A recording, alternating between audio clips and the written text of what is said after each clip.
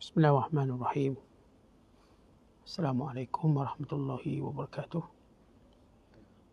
Alhamdulillahirabbil alamin. Wa bihi nasta'in ala umuri dunya waddin wa ala alihi wa sahbihi wa man sara ala nahjihi wastanna bisunnatihi wa ihtada bihadihi ila yaumiddin.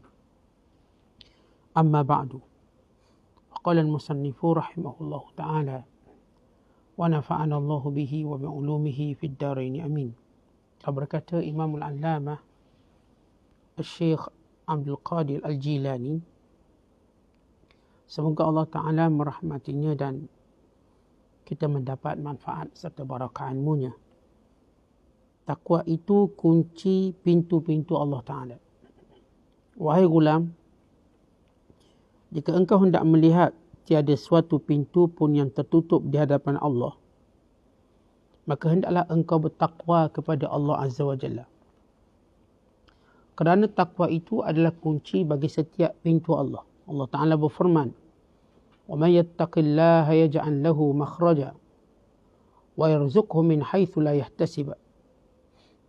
Sesiapa yang bertakwa kepada Allah, nescaya akan dilorongkan baginya jalan keluar dan diberinya rezeki dari jalan yang tiada diduganya. Surah At-Talaq ayat yang kedua. Jangan berani menentang Tuhan pada dirimu dan jangan juga pada anak isterimu, pada hartamu dan pada ahli zamanmu. Engkau tidak malu kepada Allah, hendak menyuruh Allah mengubah nasibmu dan menukarkannya. Apakah engkau lebih bijaksana daripada Allah? Lebih tahu daripada dia, lebih rahmat daripada dia? Engkau dan semua makhluk adalah hamba-hamba kepadanya. Dialah yang menetapkan urusanmu dan urusan semua makhluknya. Jika engkau berdamping dengannya di dunia dan di akhirat, maka hendaklah engkau bertenang, berdiam diri dan tutup mulutmu.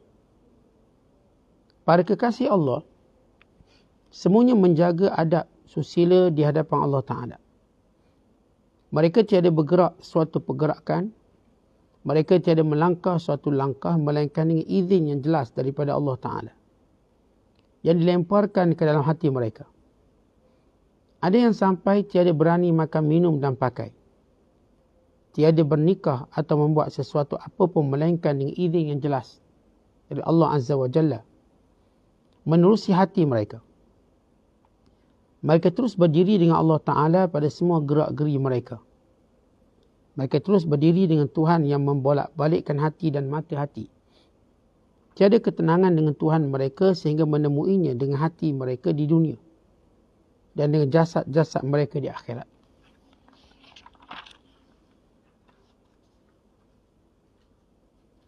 Ya Allah, ya Tuhanku, kurniakanlah kami pertemuan denganmu di dunia dan di akhirat.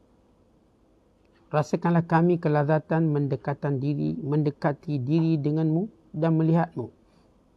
Jadikan kami di antara orang-orang yang meredaimu dari selainmu. Berikanlah kebaikan di dunia dan kebaikan di akhirat dan selamatkan kami dari api neraka. Antara wasiat dan nasihat Syekh Abdul Qadir Jilani ialah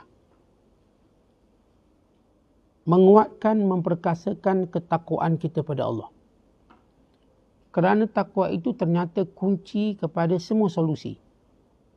Bila Allah sebut dalam Quran, وَمَنْ يَتَّقِ اللَّهَ يَجْعَلْ لَهُ مَخْرَجًا. Siapa yang bertakwa kepada Allah, Allah jadikan baginya jalan keluar. Berarti kehidupan manusia ini berada pada pintu-pintu yang tertutup, pada jalan-jalan yang tertutup, pada hijab yang mengelilingi mereka. Kerana itu manusia senantiasa buntu bila menghadapi ujian dan musibah. Dan demikian juga mereka buntu dalam keadaan mereka mendapat kesenangan dan kemewahan. Ya, orang biasa berkata, waktu kami senang dan mewah, kami tak buntu apa-apa. Kami cuma merasa buntu ketika mana kami susah, kami sakit. Maka buntu. Sebenarnya wa imma dalam keadaan kaya dan senang, dalam keadaan sihat, segar, bugar, atau dalam keadaan susah, dalam keadaan sakit dan kesempitan, semuanya kita terkunci dalam pintu-pintu yang tertentu. Akhirnya orang kaya, mereka terhijab, mereka terkunci, mereka tak dapat jumpa jalan keluar. Bagaimana nak menikmati kekayaan itu dengan sebenar? Lalu orang kaya dia ada kemurungannya sendiri.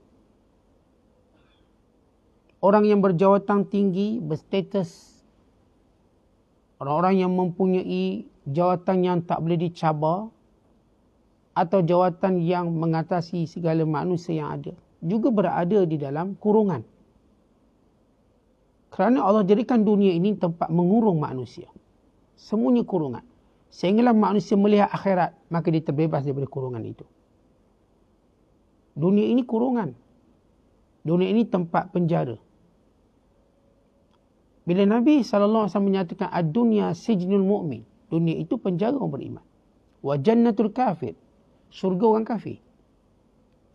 Bukankah penjaranya cuma untuk orang Islam? Dan syurga bagi orang kafir. Kita lihat para ulama punya penafsiran yang pelbagai dalam hal ini. Yang dimaksudkan penjara kepada orang beriman dengan nisbah nikmat syurga yang Allah sediakan. Yang dimaksudkan syurga bagi orang kafir, nisbah azab neraka yang Allah sediakan. Umpama orang kalau kita katakan kena buli teruk, kemudian dibagi rehat 1 minit, itu syurga baginya. Dapat rehat 1 minit lah. Daripada tadi kena buli, 1 minit rehat. Maka okey. Sama juga orang kafir, neraka dan pelbagai azab yang Allah sediakan untuk mereka kekal abadi, Allah bagi rehat sikit kat dunia ni. Maka itu maksud syurganya. Bukan maksud mereka bersenang-lenang dengan nisbah azab neraka. Maka umpama saya katakan kalau seorang disebat 100 kali, antara 2 sebatan itu ada rehat berapa minit, mereka dah anggap itu syurga. Dah rehat sikit. Realiti dunia ini penjara untuk semua. Melainkan orang-orang yang melihat daripada luar ataupun melihat tingkat-tingkat dunia ini menuju akhirat. Mereka rasa bebas. Tuan-tuan, kalau kita tengok, kalau seorang dikurung, bukankah dengan melihat tingkap dia rasa bebas? Kerana pandangannya sudah bebas. Kita kalau terkurung dalam rumah, dapat buka tingkap pun dah okey. Terkurung dalam bilik, kalau dapat buka tingkap pun okey. Kerana kita mula merasakan pandangan kita bebas. Sebab tu ramai hari ini orang kaya bila mereka buat rumah yang bersifat transparansi ataupun yang boleh pandang kat luar terus. Buat cermin biar nampak lebih bebas. Ramai orang buat restoran hari ini, bukan restoran yang tertutup, biar nampak bebas kat luar. Walaupun tetap berada kawasan yang sama. Pandangan mereka nak bebas. Bayangkan orang yang pandangannya nampak akhirat. Bagaimana dia rasa bebas? Kalau tuan-tuan makan kat restoran yang boleh buka tingkap dia, nampak pantai, Allah, ini bayar mahal sikit tak apa. Kita duduk hotel, sea view. Tahu sea view, orang pilih hotel-hotel yang mewah-mewah ni sea view, biar boleh tengok pantai. Yalah tingkat 20 pun boleh buka nampak. Orang beli kondo. Apa yang mereka nak? Pandangan, pemandangan. Walau dikurung, buka nampak Allah lawa nampak. Nampak apa? Nampak taman, nampak tasik, nampak sungai, nampak laut. Mereka rasa bebas. Tetapi kalau seorang yang memandang dengan pandangan itu rasa bebas, bayangkan orang yang memandang akhirat. Macam mana dia rasa jiwanya bebas? Walau dalam tekanan. Bila ada penyair yang mengatakan, sekalipun kamu di penjara, kalau kamu dapat menonggak ke langit melihat bintang, kamu akan rasa bebas. Sekalipun kamu bebas, kamu hanya melihat dinding-dinding rumah, kamu sebenarnya tertawan dan kamu sebenarnya terpenjara. Jadi kalau saya katakan kita dapat melihat langit, melihat laut, melihat tasik, melihat pemandangan, rasa bebasnya kita. Bebasnya kita. Bagaimana waktu seorang yang dapat melihat akhirat? Apatah lagi dapat melihat segala kehebatan takdir Allah dalam dirinya. Maka sebab itu kunci untuk melihat kebebasan ini, bukan tingkap-tingkapnya. Pintu-pintunya ialah taqwa. Kerana itu kita diajar, bukan je rukun khutbah. Bukan apa yang diucapkan setiap khutbah takwa. Wahai orang beriman, bertakwalah pada Allah. Tapi malang kita cuma dengar kalimah takwa. Kita tak ingin memahaminya atau mendalaminya atau meminta kepada Allah. Allahumma inni as'alukal huda wat tuqa wal afaf wal ghina. Ya Allah, aku mohon padamu petunjuk dan ketakwaan. Dan juga marwah dan kekayaan jiwa. Ini doa yang baginda sallallahu alaihi wasallam sentiasa berdoa. Allahumma inni as'alukal huda wat tuqa wal afa wal ghina. 4 perkara. Ya Allah, aku mohon petunjuk. Kerana petunjuk kita sentiasa dikacau setiap hari. Sekalipun kita dalam petunjuk yang kita ada ni tuan-tuan, dikacau setiap hari. Kan tu kita kena minta petunjuk. Ni macam-macam orang racun kita supaya kita ni terkandas atau kita tergelincir dari petunjuk. Kita tak cukup dengan doa, kita sebut pula dalam solat kita, ihdinas siratal mustaqim, tunjukkan kami jalan yang lurus, tunjukkan kami. Dalam doa kunut kita, Allahumma hdini, ya Allah beri petunjuk kepada kami. Fi man hadait, sebagaimana engkau dah beri petunjuk pada orang lain. Bukan dalam doa qiyamul lail kita yang baginda sallallahu alaihi wasallam ajar, ihdini lima ikhtalifa fihi minal haqqi biidnika ila siratil mustaqim. Ya Allah, tunjukkan kami apa yang menjadi perselisihan manusia kepada jalanmu yang lurus. Engkau beri petunjuk pada siapa yang engkau kehendaki. Pertama, kita minta petunjuk. Yang kedua, at-tuqa, takwa.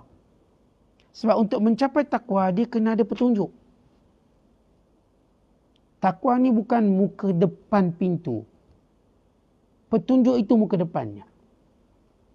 Maka bila dalam diri kita berkumpul segala petunjuk, petunjuk dari Allah, petunjuk dari Rasul, petunjuk daripada para ulama'-ulama'nya, para salihinnya, para muttaqinya, maka kita mula nampak mana itu takwa. Macam ginilah tuan-tuan, kita nak berjaya. Bila kita nak berjaya, kita kena tahu tips orang berjaya. Sebelum kita dapat berjaya tu, tips orang berjaya. Dan bersama dengan orang yang dah berjaya. Bukankah kalau tuan-tuan duduk, kalau tuan-tuan orang bisnes lah, duduk dengan orang yang berjaya dalam bisnes, tuan-tuan rasa apa? Confident. Seorang ahli sukan, dia duduk sebelah orang yang dah menang pingat emas. Dia rasa apa? Confident. Kita tuan-tuan nak petunjuk, duduk sebelah orang dapat petunjuk. Kan itu Allah sebut dalam Quran. Ulaika alladhina hadallah fabihudahu muqtadi. Mereka orang yang sudah dapat petunjuk. Dengan petunjuk yang Allah beri pada mereka, kamu kena ikut. Kena ikut. Sebab itu kita nak ikut sahabat-sahabat Rasulullah. Mereka dah confirm dapat petunjuk. Kan itu para ulama' kata, apa pun sahabat ibu yang buat, tak jadi bid'ah. Kerana mereka ahli petunjuk. Dan demikian juga para tabi'in, para tabi' tabi'in. Demikian juga para ulama' yang mu'tabar. Bila kita ikut Imam Asy-Syafi'i, kita mengikut petunjuk. Bila kita ikut Imam Abu Hanifah, kita mengikut petunjuk. Bila kita mengikut Imam Malik bin Anas, kita mengikut petunjuk. Bila kita ikut Imam Ahmad bin Hanbal, kita mengikut petunjuk. Bila kita ikut Syekh Abdul Qadir Jilani, kita mengikut petunjuk. Kita ikut Syekh Haris Muhasibi, kita ikut petunjuk. Dan semua orang-orang yang memang sudah terbukti dalam petunjuk. Maka dari petunjuk tadi, tuan-tuan bawa kita pada takwa. Maka kita, bila dapat je takwa, maka terbuka segala solusi. Dia akan buka pintu kemiskinan. Orang melihat kemiskinan itu satu kesempitan. Dengan takwa, dia nampak di mana keindahan kemiskinan. Dia akan buka pintu kesakitan. Maksudnya, orang duk nampak sakit ni macam musibah je. Tapi dengan takwa, dia melihat dengan sakitnya itu keindahan. Dia akan melihat pintu kekayaan. Orang sebahagian melihat kekayaan ini memang fasik dan menyesatkan. Tapi dia melihat keindahan pintu kekayaan untuk bertakwa. Dia melihat pintu keindahan perkahwinan bila dia bertakwa. Orang lain tengok kahwin ni susah lah. Saya tak nak kahwin ni susah. Saya tengok ramai kawan-kawan saya bila kahwin jadi susah. Bila saya dengar dan saya lihat satu kajian tentang penceraian. Lalu mereka bercakap tentang hati-hati bila berkahwin muda. Nanti bercerai awal. Jadi kena kahwin tua-tua, dia cerai lambat sikit. Dia kahwin agak-agak umur 70, payah sikit bercerai. Sebab apa nak naik mahkamah pun semput. Mereka cuba mencela kahwin awal. Bahkan dalam Islam kita menganjurkan kahwin awal. Cuma bila kita sebut kahwin awal ni ada dua keadaan. Apakah kahwin awal yang dimaksudkan umur yang tidak dibenarkan oleh sistem mahkamah kita? Contoh mahkamah kita, undang-undang kita mensyaratkan bagi lelaki bawah 18. Bagi perempuan bawah 16, bila nak berkahwin mesti dapat keizinan mahkamah. Tetapi selepas 18, selepas 16, maka kita tak perlu minta izin mahkamah. Just isi borang, kusuh kahwin, itu dan ini, maka kahwin. Lalu Islam muda yang mereka maksudkan apa? Maksudnya masih belajar. Kerana orang setengah tu belajar sampai umur 24. Kalau kita katakan first degree, 23-24. Atau second degree, postgraduate, yang mungkin habisnya umur 26-27. Mengambil master itu 2 tahun. Atau setahun lah kita katakan, dia mungkin 25. Kemudian dia sambung lagi PhD yang mengambil masa minimum 2 hingga 3 tahun. Katakan umur 30, baru ni tak muda. Apakah masalah tidak sama antara muda dan tua? Mereka berkata orang tua lebih berpengalaman. Tuan-tuan, pengalaman bukan kira usia. Pengalaman tidak berkait dengan usia. Kali itu kata Imam Syafi'i, ada orang budak kecil tapi besar pengalamannya bila dia berilmu.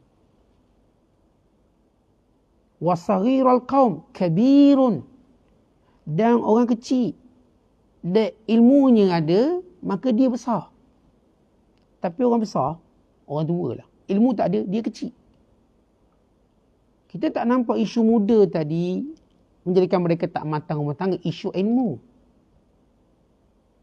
Bila isu ilmu, walaupun saya katakan seolah dia nak katakan kahwin muda ni salah. Tentang kahwin muda ni yang kena ni takut terjebak dengan zina. Allahumma'illah, mereka anak-anak muda kita memang tak ada keinginan untuk kahwin, maka itu lain. Sebab kita ada hukum hakam kahwin. Kalau jiwa berkehendak nak kahwin, maka ketika itu hukumnya bermula. Kalau tak nak kahwin, tak apa, terpulang berdakwa. Kita bukan bercakap pada orang tak nak kahwin. Orang tak nak kahwin, aku suka dia lah. Orang yang nak kahwin, tapi kita kata awak masih muda untuk kahwin. Itu bahaya. Lalu berlaku penzinaan. Tuan-tuan, cerai jauh lebih baik daripada zina. 1000 kali lebih baik daripada zina. Walau bagaimana orang tomah cerai, ia masih diharuskan. Tetapi bila sebut zina, apa pun alasan, ia diharamkan. Dan setiap kali seorang berzina, Allah menarik imannya. Mungkin Allah kembalikan, mungkin tidak. Tapi waktu berzina, imannya tidak ada. Nabi kata apa? La yazni zani hina yazni wa huwa mu'min. Tidak akan berzina seorang berzina dalam keadaan dia masih beriman. Maknanya waktu zina tu tak ada iman. Apa maksud tak ada iman? Disebut dalam hadis, seorang bila berzina, iman tu diangkat keluar daripada dirinya. Dan bila mana habis zina, mungkin dikembalikan, mungkin tidak. Kalau dikembalikan, dia menjadi mukmin asi, mukmin yang derhaka. Kembali kepada tajuk takwa. Maka takwa ni, dia akan buka pintu keindahan perkahwinan. Yang ada setengah kata kahwin ni masalah lah. Maka dengan takwa dia, Masya Allah, dia nampak kahwin ini keindahan agamanya. Sempurna agamanya. Dengan takwa, dia akan buka pintu kesempitan ramainya anak. Orang duk tengok ramai anak ni susah-susah nak bagi makan apa zaman sekarang. Kena pula PKP. Beranak-beranak, siapa nak bagi makan anak kita? Contoh anak kita bukan makan burger, dia minum susu mak dia je. Lainlah kalau anak kita lahir-lahir tu makan McNut lahir-lahir tu makan stick, tu makan wayu. Itu memanglah. Tu kena fikir 40 kali kalau nak beranak. Tapi dia beranak, dia minum susu. Dia minum susu pun bukan satu baldi. Nyanyak-nyanyak dia pun tidur. Budak-budak ni tuan-tuan, anak-anak, dia banyak masa dengan tidur. Tidur. Itu dia buat 18 jam satu hari. Jadi susah sangat ke 18 jam? 6 jam dia dibangun. Bangun pun nak susu. Susu, tidur balik. Jadi orang yang ada takwa, dia nampak anak-anak yang ramai ini keindahan. Apatah lagi Nabi kata, fa inni mubahim bikumul umam. Aku bangga umat yang ramai. Itu orang Palestin tuan-tuan. Memang susah nampak. Tapi anak dia ramai seorang. Yang ni anak 7, ni anak 8. Ni anak 9. Kita nampak macam kaya tapi tengok anak macam susah. Saat saya dapat seorang tu pun saya rasa ramai seorang. Tengok fikir, macam mana nak kurangkan lagi. Dia kalau nak sekerak je anak tu. Dia nak potong macam pizza tu. Memang dia dah potong pun waktunya. Yang lain semua dia bagi nursery jaga. Dia ambil sikit je waktu anak dia. Dia macam pizza sekeping besar tu. Potong satu piece. Satu piece ambil ni je. Masa ni dia bersama anak. Itu bila anak dia hantar rumah orang tua. Sebahagian kesalahan itu juga dia kena letak pada diri dia. Dia memang bila anak-anak hantar ayah orang tua, ini satu derhaka yang besar. Satu dosa yang besar. Tapi apa pun dosa anak-anak, kita juga melihat dosa kita kat mana. Mungkin kita pernah beri masa ke anak kita, cuma beri sebagaimana masa, saya katakan seperti kepingan pizza. Ini 24 jam, kita ambil sikit je. Ini orang lain. Jadi orang bertakwa, dia buka pintu persahabatan. Ada orang nampak sahabat nak gaduh je, tak habis-habis. Tapi ada orang melihat keindahan persahabatan, syafaat di akhirat. Persahabatan meningkatkan keimanan. Ini disebut takwa buka semua pintu. Yang orang nampak masalah, dia tak nampak masalah. Ada orang tuan-tuan bila nampak kaya pun susah. Tak? Susah orang ni minta sedekah, orang ni. Tu saya lagi duduk atas gunung.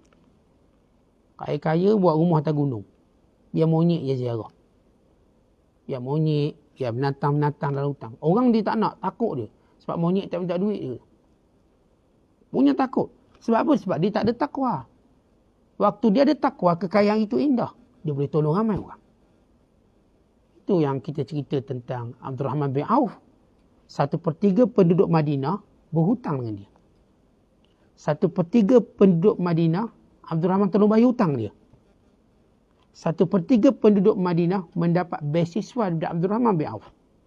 Berarti 3/3 penduduk Madinah ni semuanya ada hubung kait dengan Abdul Rahman bin Auf. Ini orang kaya yang melihat keindahan. Memang saya nak kaya untuk tolong orang. Saya bukan kaya nak duduk dengan kera, duduk monyet. Bukan saya nak kaya lepas tu nak beruzlah seorang-seorang dalam hutan. Saya tak nak kaya macam tu. Sebagaimana bila saya ada ilmu, bukan saya nak duduk dalam bilik seorang-seorang. Saya ada ilmu, saya nak bergaul dengan semua orang. Supaya kita dapat pimpin. Supaya kita dapat tegur. Jadi ini yang kita katakan pintu-pintu takwa. Terbuka kepada orang-orang yang mencarinya. Sungguh-sungguh. Jadi tuan-tuan sekalian, pendek kata gini. Orang takwa semua pintunya terbuka.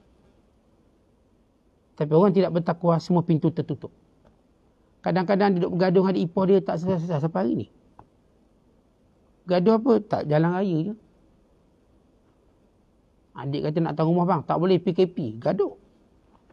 Abang guna undang-undang tu. PKP tak boleh datang. Kalau datang aku kena sama. Jangan datang. Adik ni pula. Takkan tak boleh cilok naik ikut bumbung ke. Adik ni. Lain pula adik ni dia nak ikut undang-undang juga. Tapi dia nak ngecek-ngecek juga. Abang kata tak boleh. Gaduh dia ni. Yang si abang mungkin tak pandai tolak cara baik.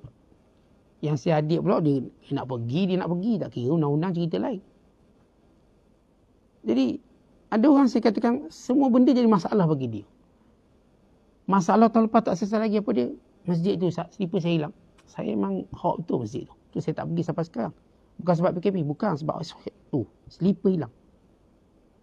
Oh dia punya hak. Ataupun nanti dia berdendang dengan AJK yang tak jemput dia datang masjid. Dia dah bersumpah tak nak datang lagi masjid sampai bila-bila. Biar habis PKP pun tak nak. Lain macam dia gaduh ni. Lain macam gaduh. Jadi ada orang saya katakan, mana-mana masalah majikan dia tertutup. Dia tak ada solusi sampai bila-bila. Tentang kena ingat, bila kita tak ada solusi pada satu masalah, berarti takwa kita ada masalah. Sebab takwa membuka pintu. Allah sebut dalam Quran ini, wa may yattaqillah yaj'al lahu makhraja. Siapa yang bertakwa pada Allah, Allah jadikan dia jalan keluar. Kalau tuan-tuan tak jumpa jalan keluar sampai sekarang, berarti kita ada masalah dengan takwa. Dan kita juga kena faham tabiat jalan keluar ni. Tabiat jalan keluar. Maka Syekh pun menyebut. Bukan bermaksud jalan keluar kamu ingat, kamu melihat semua benda itu perlu selesai cara kamu nak. Ini kita tahu. Tuan-tuan, semua masalah bukan kita nak minta selesai cara kita.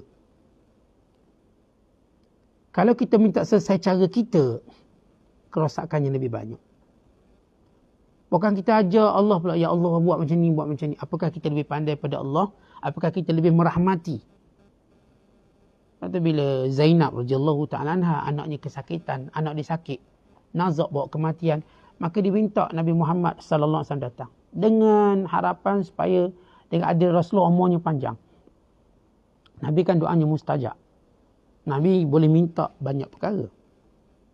Rasulullah tak datang. Zainab hantar lagi orang. Suruh bapa aku Rasulullah datang. Selepas beberapa kali, maka Rasulullah pun hadir. Nabi memegang anak Zainab dan berkata, bagi Allah apa yang diberi, apa yang diambil. Biar sampai satu ajalnya. Setiap orang ada ajal yang tertentunya. Maka tiba-tiba anak ini mati pada dekapan Nabi SAW. Nabi nak ajar Zainab. Antara jalan keluarnya bukan macam kita nak. Tetapi Allah yang pilih jalan keluar. Kalau kita redha dengan pilihan Allah Ta'ala, maka itulah jalan keluar, redha. Sebesar-besar pintu kepada jalan keluar ialah redha. Kan tuan-tuan lihat orang Palestin, mereka pun jiwa redha yang kuat. Tak ada pula mereka fikir nak pindah daripada Palestin, duduk kat Pasir Gudang ke. Atau duduk dekat Pahang ke.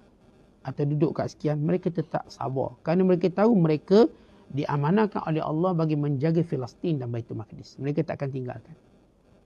Walau macam mana pun. Tuan-tuan tengok tak guard yang diri dekat istana Inggeris tu, yang tegak pakai baju merah. Gerak tak? Tak gerak. Ataupun guard yang duduk mana-mana istana. Bergerak tak bergerak. Saya pernah tanya guard ni. Saya kata awak ni untuk berdiri lama mana? Dia kata kita berdiri 2 jam je. Lepas tu ganti pula 2 jam. 2 jam tu kena. Habis tak kencing. Tak kencing 2 jam tu. Lepas tu kencing banyak-banyak. Tapi kita nak cerita dia punya taat berdiri tu. Tak apa-apa. Tak apa-apa. Tetapi ini orang yang kita katakan jaga istana. Dia cuma dapat sebulan 3-4 ribu. Misalnya. 3-4 ribu pound sterling. Bagaimana orang yang menjaga rumah Allah. Bagaimana orang menjaga tanah mulia yang Allah amanahkan. Menjaga Baitul Maqdis. Duduk situ mati-mati lah. Dengan anak bini mereka. Mereka tak kisah. Ini orang yang redha dengan apa yang Allah Ta'ala tentukan pada mereka. Jadi sebesar-besar pintu taqwa, redha dengan apa yang Allah putuskan. Jadi jangan kita duduk lawan dengan Allah, diri kita, anak-anak kita. Ya Allah, kenapa anakku macam ni tak macam tu? Ya Allah, kenapa bini aku macam ni tak macam tu? Jangan. Kita boleh berdoa, tapi jangan cadang pada Allah. Ya Allah, kalau ini baik untukku, agamaku, ya Allah, lapangkan dadaku. Ya Allah, kalau ini tidak baik untukku, engkau takdirkan apa yang baik bagiku. Minta Allah mentakdirkan tak apa. Minta, ya Allah, kenapa dia macam ni? Ubahlah. Jangan. Kerana sebahagian takdir Allah itu memerlukan masa. Bukan kerana Allah ni perlukan masa nak buat, bukan. Dia ada waktu dia. Contoh gini tuan-tuan. Kita bila kita queue up, beratur. Tuan-tuan marah ke beratur ni? Dan memang tuan-tuan kena beratur, dah datang lambat. Tuan-tuan pun kena beratur nak cocok vaksin. Tengok dah nombor 200. Tengok nombor yang sudah dipanggil 150 orang. Mana tuan-tuan lagi 50 orang, sabar je lah. Sabar, duduklah main handset tu. Sampai nama dipanggil. Kita pergi JPJ, nak sambung lesen. Tengok nombor 800. Yang dah dipanggil 600. Lagi 200, sabar, tunggu. Bahkan tuan-tuan nak entak meja, nak pergi maki pegawai tu. Kerana kita diajar bersabar dengan, dalam dunia ni pun kita dah diajar sabar untuk queue. Kadang-kadang kita pergi makan. Kena beratur. Beratur. Baik di cafeteria, baik di kedai-kedai makan viral, beratur. Kadang-kadang tunggu meja. Setengah-setengah kedai saya pernah pergilah. Dia bukan niat nak tu sangat. Pergi orang ajak pergi. Orang beratur tunggu belakang kita ni. Bila kita nak bangun daripada meja tu. Tak selesa betul makan. Tapi itu realiti. Mereka sanggup tunggu. Dukung anak, bini. Kan itu yang realiti mereka patut buat. Sama juga takdir Allah. Kita tunggu sekejap. Nanti akan nampak apa yang sesuai untuk kita. Kadang tak sabar ni.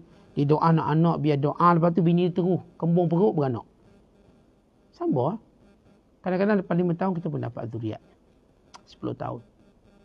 Waktunya. Maka bila datang pula. Laju pula beranak. Ya Allah, berhentilah beranak. So berhenti pula beranak. Sebab apa? Laju sangat. Bila setahun 2 kali, bulan 1, bulan 12. Bulan 1, bulan 12. Dulu nunggunya 10 tahun. Sekarang ni mengeluh sebab laju pula. Tuan-tuan, begitu manusia. Kanal insanu ajula, kopo gapanya lain macam. Takdir ni tuan-tuan mengajar kepada kita sabar. Kalau tuan-tuan hantar anak-anak ke sekolah asal penuh untuk ajar dia apa? Sabar. Nak ajar dia disiplin. Bahasa orang sebut ni disiplin. Disiplin tu apa tuan-tuan? Sabar. Sebut dia disiplin, dalam bahasa mudah, sabar. Dia ni tak disiplin ni maknanya tak sabar. Bila saya duduk asrama, saya 7 tahun duduk asrama. Daripada tingkatan 1 sampai tingkatan 6 atas. Yang paling besar saya belajar ialah sabar. Itulah disiplin. Nak makan beratur. Kena bangun awal, kurangkan tidur. Nak makan tak boleh banyak. Ni kita dah gotong royong ni. Penat. Time beratur nak makan. Warden tu letak 2 keping biskut. Ni Isa ni zuhud orangnya. 2 keping ni. Oh. Ni membara. Atas nama zuhud kita dapat 2 keping. Tengok orang lain dapat banyak 4 keping, 5 keping. Sabar macam mana warden nak bagi kita banyak tu. Dia kan warden. Sabar je lah. Ni air. Ni kopok lekor pula. Tak boleh tambah ni kopok lekor. Dapat 2 batang seorang kopok lekor. Nak tambah. Boleh ambil haram. Dia 2 batang makan. Jilatlah tray tu. Dia makan nasi minyak ni. Giliran nasi minyak. Hari Selasa nasi minyak. Oh sedap Selasa. Nasi minyak. Sampai beratur. Panjang. Keliling bangunan. Walaupun kita dah awal ni. Lepas semayang zuhur. Berlari. Beratur. Pegang tray. Tray basuh sendiri. Beratur panjang. Sampai giliran kita. Air yang kecil je pak. Ajar sabar lagi. Kadang-kadang duk beratur tengok. Makanan tak sedap. Sabar lagi. Bayangkan 7 tahun, sabar nama ni. Kita balik rumah bercakap suara tak keluar. Punya disiplin. Wah, bagus anak aku duduk asrama balik baik. Begitu disiplin keras, namanya sabar. Kena study. Kalau tidur datang cikgu. Saya ingat ada salah seorang ustaz saya tu, kalau tidur bahaya. Dia goncangkan kepala. Pergi goncang. Shaking. Pening. Terus seminggu tak tidur. Tengah kita belajar ni tuan-tuan. Ada seorang tu dia suka. Masa kecil kan jerawat manis banyak. Jerawat. Meletup ni jerawat. Ustaz tu tengok. Dia pergi, dia tolong buat. Terus serik nak main jerawat masa belajar. Tetap sabar. Kadang-kadang kena halau keluar kelas. Sabar. Itulah disiplin. Tentang kalau kita boleh melazimi semua benda tu atas nama sabar dan disiplin. Takdir Allah perlukan disiplin dan sabar. Takdir itu nampak indah bila kita sabar. Sebagaimana indahnya bila tuan-tuan tahan makan, lalu tuan-tuan makan. Sedap tak? Sedap. Tuan-tuan makan ketika kenyang tak sedap langsung. Angkatlah apa benda. Api tengah lapar. Dia puji semua masakan. Awak ni pandai masak lah. Lapar. Puji. Mi keras pun sedap mi ni. Jarang jumpa mi macam gini. Sedap. Itulah nikmat. Sama juga takdir. Allah nak beri nikmat itu dalam keadaan kita gembira. Allah tak nak beri nikmat dalam keadaan kita tak rasa apa-apa. Orang beriman, Allah nak beri nikmat dalam keadaan dia bergembira supaya dia bersyukur. Allah tak nak beri nikmat sebagaimana dia beri nikmat pada kaum yang tak nak bersyukur. Dapat pun buat. Dia ambil. Tak situ. Tak rasa syukur langsung. Dan kadang-kadang kita tengok. Ni orang-orang yang dapat RM1, RM2 bersyukur, dia cium duit. Masya Allah. Syukur. Bila ada seorang ulama ditanya. Syekh Antiyas Sakar. Apa hukum cium duit? Kadang-kadang setengahnya peniaga. Dia dapat dalam bahasanya guri. Mula-mula tu first customer. Bagi dia first customer ni bawa berkat lah. Dapat duit yang cium. Kata cium tanda syukur tak ada masalah apa. Dia dah bayangkan seronok dapat duit ni.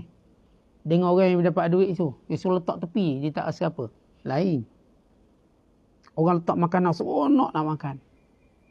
Kan tu kadang kala bila Allah nak tunjuk sayang pada kita. Allah tak beri nikmat. Melainkan kadang-kadang kita amat gembira terima nikmat tu. Kan kalau saya tunggu 10 tahun untuk dapat anak lalu dapat gembira. Kita azam pun nangis tu. Punya gembira. Orang yang dapat selalu tak siapa azam pun tak nak. Tak apalah.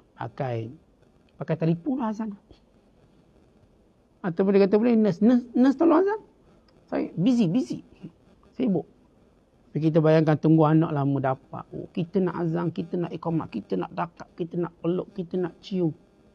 Kita nak jaga. Kenapa? Syukur.